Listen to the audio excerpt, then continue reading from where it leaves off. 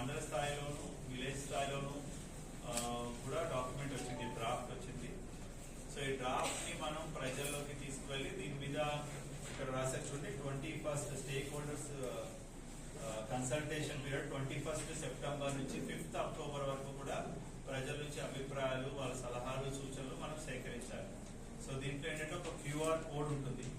ఆ QR code ని కనుక కెమెరాలో ఆన్ చేసి పెట్టినట్లయితే కొన్ని ప్రశ్నలు వస్తాయి, సుమారు 11 ప్రశ్నలు వస్తాయి.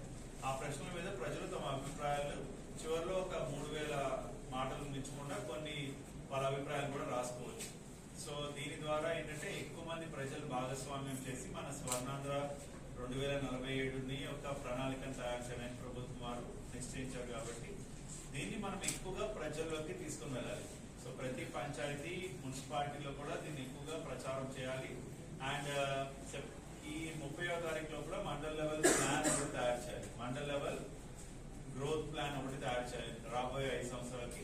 అలాగే జిల్లా స్థాయి ప్రణాళిక కూడా 15 అక్టోబర్ కల్లా తయారవ్వాలి. సో ఇది గౌరవ ముఖ్యమంత్రి గారు మనకి లాంచ్ చేస్తారు కాబట్టి స్టేట్ ప్లాన్. సో మన అందరం కూడా ఈ ప్లాన్ మీద అందరూ హోంవర్క్ చేయాలి. సో సిపిఓ గారు అడిగే ఎటువంటి ఇన్ఫర్మేషన్ ఏదైనా ఉంటే అది వెంటనే ఆ హెచ్ఓడీస్ వెంటనే ప్రొవైడ్ చేయండి.